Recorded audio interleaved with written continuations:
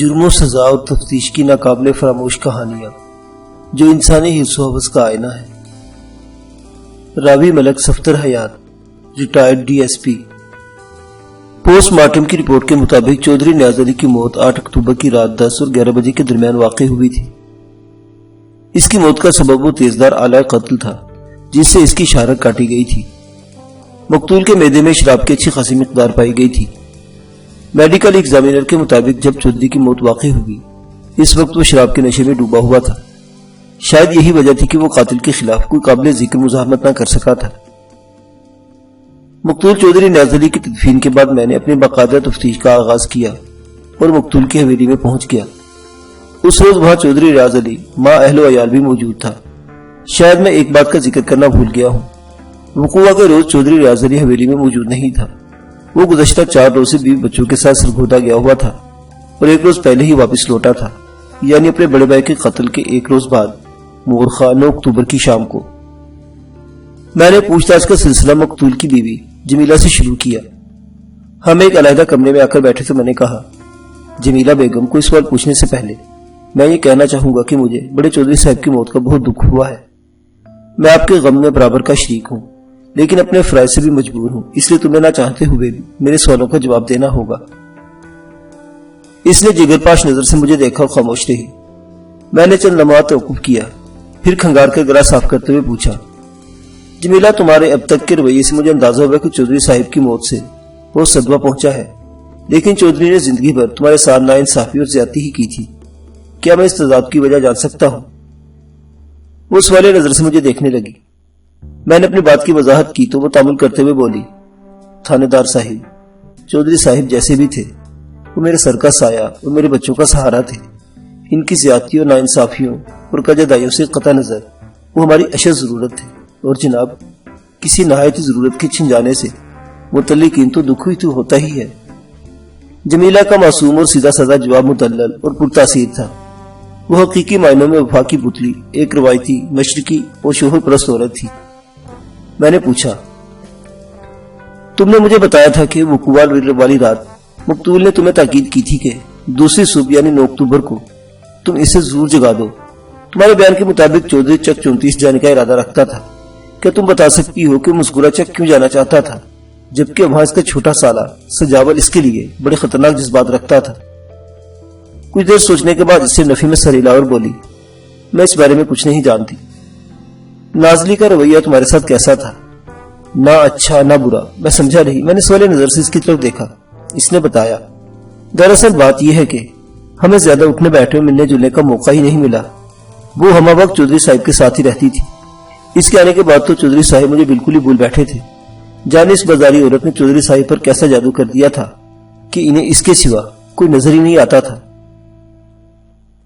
میں نے پوچھا، تمہارا کیا خیال ہے جمیلہ، کیا چودھری صاحب کے قتل میں نازلی کا ہاتھ بھی ہو سکتا ہے؟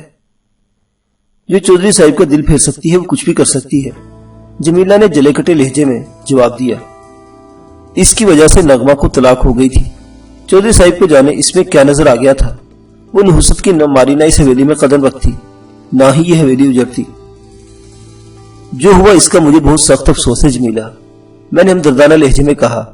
میں تمہارے خامد کے قاتل تک فوراً پہنچنا چاہتا ہوں۔ تم اس سلسلے میں میری کیا مدد کر سکتی ہو؟ کیسی مدد جناب؟ اس نے الجھن آمیز لہجے میں پوچھا۔ میں نے کہا، تم نے شک ظاہر کیا کہ چودھری کے قتل میں نازلی کا ہاتھ ہو سکتا ہے، لیکن وہ خود بھی غائب ہے۔ تمہارے خیال میں وہ کہاں جا سکتی ہے؟ گندگی کا کیڑا گندگی میں ہی خوش رہتا ہے تھانے دار صاحب، وہ مربیانہ انداز میں بولی۔ میرے خیال میں وہ واپس کوٹھے پر چلی گئی ہوگی۔ میں نے کہا، یہ بھی تو ہو سکتا ہے کہ وہ چودھری کے قتل میں کسی طور بھی ملوث نہ ہو اور اس وقت کسی مصیبت میں گرفتار ہو، چودھری کے قاتل یا قاتلوں نے اسے اغوا کر لیا ہو۔ میں تو یہ جانتی ہوں کہ ہم اس کی وجہ سے سخت مصیبت میں گرفتار ہوئے ہیں، جمیلہ نے اکتاہٹ آمیز انداز میں کہا۔ اس ناس مری کے منحوس قدم نے اس حویلی کا سکون غارت کر دیا ہے۔ میں نے سوالات کا زاویہ تبدیل کرتے ہوئے پوچھا، چودھری صاحب کی کسی سے دشمنی وغیرہ بھی تھی؟ جہاں 100 دوست ہوتے ہیں وہاں ایک آدھ دشمن بھی ہوتا ہے جناب، جمیلہ نے جواب دیا، لیکن میرے علم میں ان کا ایسا کوئی دشمن نہیں جو ان کی جان لے لیتا۔ سجاول کے بارے میں کیا خیال ہے؟ میں کیا کہہ سکتی ہوں؟ میں نے کہا، نغمہ کی طلاق کے بعد وہ چودھری کے بارے میں اپنے جن عزائم کا برملا اظہار کرتا رہا ہے ان کے پیش نظر چودھری کے قتل میں اس کا ہاتھ بھی ہو سکتا ہے۔ اس سے کچھ بعید تو نہیں، وہ برا سا منہ بناتے ہوئے بولی، لیکن میرا اندازہ ہے کہ وہ اتنا بڑا قدم نہیں اٹھا سکتا۔ چودھری صاحب کو کسی گہری سازش کے تحت قتل کیا گیا ہے۔ پوری منصوبہ بندی کے ساتھ ایسے دن کا انتخاب کیا گیا ہے کہ حویلی میں بہت کم لوگ موجود تھے۔ ریاض اپنے بیوی بچوں کے ساتھ ضلع سرگودا گیا ہوا تھا۔ اکرم ڈیرے پر تھا۔ حویلی میں چودھری صاحب اور نازلی تھی، یا پھر دوسرے حصے میں اپنے بچوں کے ساتھ موجود تھی۔ وقوع کے روز موقع کی کارروائی کے دوران میں حویلی کے ملازمین سے بھی پوچھ گچھ کر چکا تھا، لیکن کوئی کام کی بات معلوم نہیں ہو سکی تھی۔ اس رات بھی کسی بھی شخص کو حویلی میں آتے یا جاتے ہوئے نہیں دیکھا گیا تھا۔ ملازمین نے حسب معمول سونے سے پہلے تمام دروازے بسط احتیاط بند کیے تھے۔ البتہ صبح حویلی کا داخلی دروازہ کھلا ہوا ملا تھا۔ میرے استفسار پر ایک ملازم نے بتایا تھا کہ رات کو اس نے داخلی گیٹ کو اندر سے کنڈی لگا دی تھی۔ تالا لگانے کی اس نے ضرورت محسوس نہیں کی تھی۔ اب جو کوئی بھی حویلی میں داخل ہوا تھا وہ یا تو داخلی گیٹ کو پھلانگ کر اندر کودا تھا یا پھر حویلی کے عقبی حصے سے اندر آیا تھا۔ حویلی کے اس حصے میں ایک چھوٹا سا باغ تھا اور دیوار 5 فٹ سے اونچی نہیں تھی جہاں سے بآسانی اندر کودا جا سکتا تھا۔ ہاں، یہ بات یقینی تھی کہ واپسی کے لیے قاتل نے حویلی کا بیرونی گیٹ ہی استعمال کیا تھا، کیونکہ وہ صبح کھلا ہوا ملا تھا۔ میں نے وقوع کے روز قاتل اور نازلی کا سراغ لگانے کے لیے ایک ماہر ترین کھوجی کی خدمات بھی حاصل کی تھی، لیکن بدقسمتی سے وقوع کی رات ہلکی بارش بھی ہوئی تھی، اس لیے کھوجی کی کوشش برابر ثابت نہ ہو سکی۔ وہ قاتل یا قاتلوں کا کھرا نہ نکال سکا، نہ ہی نازلی کے قدموں کا کوئی سراغ مل سکا۔ جمیلہ سے جب ایسی کوئی اہم بات معلوم نہ ہو سکی جو تفتیش میں معاون ثابت ہوتی تو میں نے اسے کمرے سے باہر بھیج کر چھوٹے چودھری اکرم علی کو اندر بلا لیا۔ اکرم علی کی عمر لگ بھگ 25 سال تھی۔ وہ ایک صحت مند اور خوش شکل انسان تھا۔ اس نے ہلکی مونچھیں رکھی ہوئی تھی جس کے توان اور سرخ سیاہ چہرے پر بڑی بھلی دکھائی دیتی تھی۔ بڑے بھائی کے قتل نے اسے خاصا دل شکستہ اور افسردہ کر رکھا تھا۔ میں نے اس کے بیٹھنے کے بعد کہا، اکرم علی، کیا تم نہیں چاہتے کہ تمہارے بھائی کا قاتل جلد از جلد گرفتار ہو جائے؟ یہ کیا کہہ رہے ہیں جناب؟ اس نے چونک کر مجھے دیکھا۔ میں بھلا ایسا کیوں نہیں چاہوں گا؟ میں نے کہا، اب تک کی تفتیش کے مطابق ابھی تک میرے ہاتھ میں کوئی ایسا سرا نہیں آیا جسے تھام کر میں آگے بڑھ سکوں۔ تم اس سلسلے میں میری بالفاظ دیگر قانون کی کیا مدد کر سکتے ہو؟ وہ کچھ دیر سوچنے کے بعد بولا، آپ ہی بتائیں، میں آپ کی کس قسم کی مدد کر سکتا ہوں؟ جمیلہ کا خیال ہے کہ تمہارے بھائی کے قتل میں تمہاری چھوٹی بھابھی نازلی کسی نہ کسی طور ملوث ہے۔ تم اس بارے میں کیا کہتے ہو؟ وہ ایک لمحے کے تذبذب کے بعد بولا، جناب، میں نے اپنی قبر میں جانا ہے، اس لیے خامخواہ کسی پر الزام نہیں لگاؤں گا۔ سچی بات ہے کہ مجھے نازلی بھابھی میں کوئی خرابی نظر نہیں آتی تھی۔ جمیلہ کا کہنا ہے کہ نغمہ کو نازلی کی وجہ سے طلاق ہوئی تھی۔ اکرم علی نے سنجیدہ لہجے میں کہا، اس میں نازلی سے زیادہ قصور خود نغمہ بھابھی کا تھا۔ وہ ضدی اور ہٹ دھرم تھی۔ وہ خود بھی ایک بال بچوں والی عورت پر ایک سوکن بن کر اس حویلی میں آئی تھی۔ وہ نازلی کو جس فعل کے لیے برا کہہ رہی تھی وہ جرم خود ان سے بھی سرزد ہو چکا تھا۔ وہ اگر ذرا سمجھ بوجھ سے کام دیتی تو آج بھی اس حویلی میں نظر آتی۔ ان کا گھر اجڑنے کا سبب میں نازلی کو نہیں سمجھتا۔ وہ اول تا آخر نازلی کے حق میں بول رہا تھا۔ میں نے کہا، مجھے پتا چلا کہ نازلی کا تعلق اس بازار سے تھا۔ وہ چودھری صاحب اسے 2500 روپے میں خرید کر لائے تھے۔ آپ کو بالکل صحیح بتایا گیا ہے۔ میں نے پوچھا، میں نے سنا کہ نازلی کے اس حویلی میں آتے ہی لڑائی جھگڑے شروع ہو گئے تھے، اور ان لڑائی جھگڑوں کا سبب بھی نغمہ بھابھی ہی تھی۔ اکرم علی نے روکھے انداز میں کہا، وہ اگر چاہتی تو حویلی کی عزت کو سنبھال کر رکھ سکتی تھی۔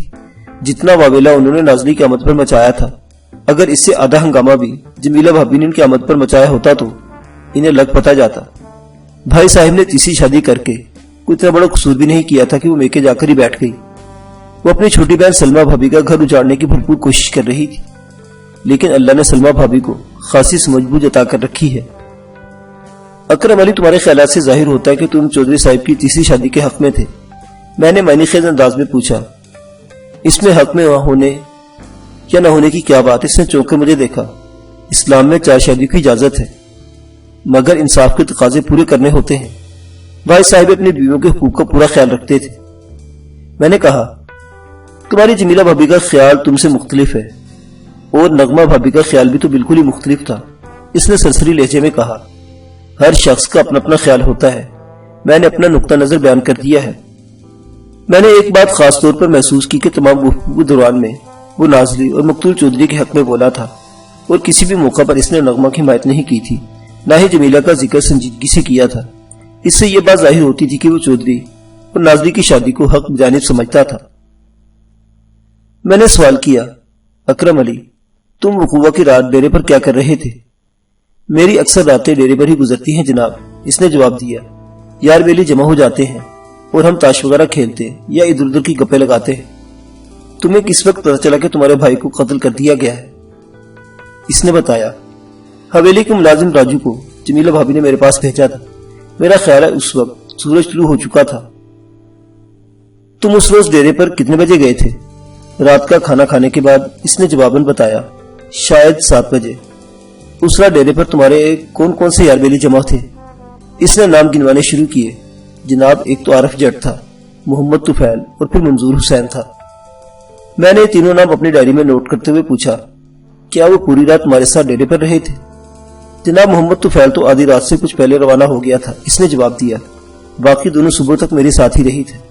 میں نے پوچھا، کیا یہ تینوں اشخاص چک 32 کے رہنے والے ہیں؟ اس نے اس بات میں جواب دیا۔ میں نے پوچھا، اکرم علی، تمہارے خیال میں چودھری نیاز کا قاتل کون ہو سکتا ہے؟ قاتل کو تلاش کرنا تو آپ کا کام ہے جناب۔ ہاں، تم بالکل ٹھیک کہہ رہے ہو، میں نے اس کے آنکھوں میں جھانکتے ہوئے کہا۔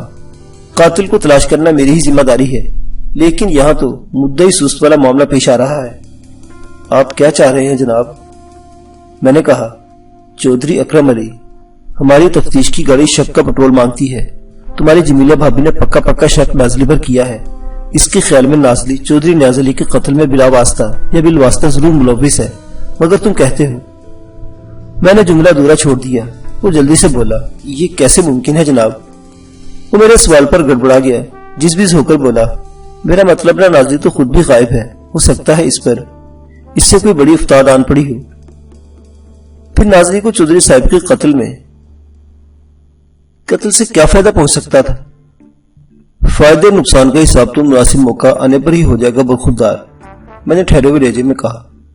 اس سے قبل سب سے اہم معاملہ قاتل کی گرفتاری کا ہے، اور ابھی تک قاتل کے بارے میں کوئی حتمی رائے بھی قائم نہیں کی گئی۔ تمہاری بڑی بھابی نے اگرچہ نازلی پر اپنے شک کا اظہار کیا ہے، لیکن میری نظر میں مقتول چودھری کا چھوٹا سالہ سجاول بھی خاصا مشکوک ہے۔ میری معلومات کے مطابق وہ چودھری نازلی کے ٹکڑے کرنے کی باتیں بڑے زور و شور سے کرتا رہا ہے۔ میں فی الحال انہی 2 افراد کو چیک کرنا چاہتا ہوں، تمہارا کیا خیال ہے؟ آپ جو کچھ بھی کرنا چاہتے ہیں وہ کریں، اکرم علی نے اضطراری انداز میں کہا۔ میں تو بس یہ چاہتا ہوں کہ آپ جلد از جلد بھائی صاحب کے قاتل کو کیفر کردار تک پہنچا دیں۔ انشاءاللہ ایسا ہی ہوگا، میں نے تیقن سے کہا، اور میں امید کرتا ہوں کہ تم اس سلسلے میں مجھ سے بھرپور تعاون کرو گے۔ لیں جی، یہ بھی کوئی کہنے کی بات ہے، اکرم علی نے مطمئن انداز میں کہا۔ میں بھائی صاحب کے قاتل کو گرفتار کروانے میں قانون کی مدد نہیں کروں گا تو پھر کون کرے گا؟ اکرم علی کے بعد میں نے اس کے بڑے اور مقتول کے چھوٹے بھائی چودھری ریاض علی سے بھی مختصر بات چیت کی۔ وہ وقوع کے روز حویلی میں موجود نہیں تھا۔ ریاض علی 40 سال کا ایک سمجھدار اور بردبار شخص تھا، اس سے کام کی کوئی بات معلوم نہ ہو سکی۔ وہ نازلی کے اپنے دل میں اچھے جذبات نہیں رکھتا تھا، تاہم اس نے کھل کر نازلی کی مخالفت بھی نہیں کی۔ میں نے محسوس کیا چودھری ریاض علی اپنے کام سے کام رکھنے والا انسان تھا۔ اس کی بیوی سلمہ نے میرے سوالوں کے جواب میں نازلی کے خوب لتے لیے اور اس ہر خرابی کی جڑ قرار دیا۔ یہ اس کی طبیعی اور فطری رد عمل تھا۔ نازلی اس کی بڑی بہن نغمہ پر سوکن بن کر آئی تھی اور اسے طلاق دلوانے کا سبب بھی بنی تھی۔ میں نے باری باری دونوں میاں بیوی سے سجاول کے خطرناک عزائم کے بارے میں بھی دریافت کیا، لیکن ان کا خیال تھا کہ سجاول اتنا بڑا قدم نہیں اٹھا سکتا۔ اس کی جذباتی دھمکیاں محض وقتی اشتعال کا نتیجہ تھی۔ میں نے حویلی میں موجود جمیلہ کے بچوں خصوصاً فیاض اور نازی سے بھی مختلف سوالات کیے۔ ان کے خیالات اپنی ماں سے ملتے جلتے تھے اور ایسا ہونا بھی چاہیے تھا۔ میں کچھ دیر کے بعد حویلی سے باہر نکل آیا۔ مجموعی طور پر حویلی کے وکیلوں کے جذبات نازلی کے حق میں کچھ اچھے نہیں تھے۔ صرف چودھری اکرم علی اپنے دل میں اس کے لیے نیک خواہشات رکھتا تھا۔ بہرحال سجاول اور نازلی میری ہٹ لسٹ پر تھے۔ مجھے مشتری بھائی کے کوٹھے کا چکر بھی لگانا تھا اور چک 34 بھی جانا تھا۔ میں نے چک 34 سے اپنے کام کے آغاز کا فیصلہ کیا تھا اور واپس تھانے آ گیا۔ میں کل صبح اس واردات کی رپورٹ اپنے علاقے کے ایس پی کو بھجوا چکا تھا۔ اس کارروائی کی تفصیل بیان کرنا میں ضروری نہیں سمجھتا۔ اس کے علاوہ بھی بہت سی دفتری باتیں ایسی ہوتی ہیں جن کا ذکر آپ کے لیے انتہائی غیر مناسب اور اکتاہٹ کا باعث ہوگا۔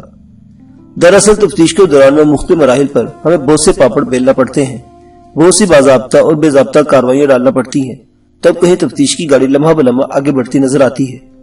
جب سے مجھے سجاول کی تلیوں کا علم ہوا تھا، میں نے ایک ہوشیار قسم کے پولیس اہلکار کو سادہ لباس میں چک 34 روانہ کر دیا تھا تاکہ وہ وقوع کے روز سجاول کی مصروفیات کی تفصیل معلوم کر سکے۔ میں تھانے پہنچا تو مذکورہ اہلکار ایک سنسنی خیز اطلاع کے ساتھ موجود تھا۔ میں نے فوراً اسے اپنے کمرے میں بلا لیا۔ ہاں بھائی فیض محمد، میں نے اسے مخاطب کرتے ہوئے پوچھا، کیا خبر لائے ہو تم؟ ملک صاحب، بندہ وقوع کی رات چک 34 سے غائب تھا۔ کچھ معلوم ہوا وہ کہاں گیا ہوا تھا؟ نہیں جناب، تفصیلات کا پتہ نہیں چل سکا، کانسٹیبل فیض محمد نے جواب دیا۔ میں نے لوگوں کو زیادہ ٹولنے کی کوشش نہیں کی تاکہ انہیں شک نہ ہو جائے اور وہ اس چھانبین کی اطلاع سجاول کو نہ پہنچا دے۔ یہ تم نے عقل مندی کا ثبوت دیا ہے فیض محمد، میں نے سراہنے والے انداز میں کہا۔ کہ اس وقت وہ گاؤں میں ہی ہے؟ جناب صبح تک تو تھا۔ اور کوئی خاص بات معلوم ہوئی؟ جی ملک صاحب، وہ جلدی سے بولا۔ مجھے پتا چلا کہ سجاول وقوع کی رات اپنے دوستوں کے ساتھ کہیں گیا ہوا تھا اور ان کی واپسی دوسری صبح یعنی 9 اکتوبر کو ہوئی تھی۔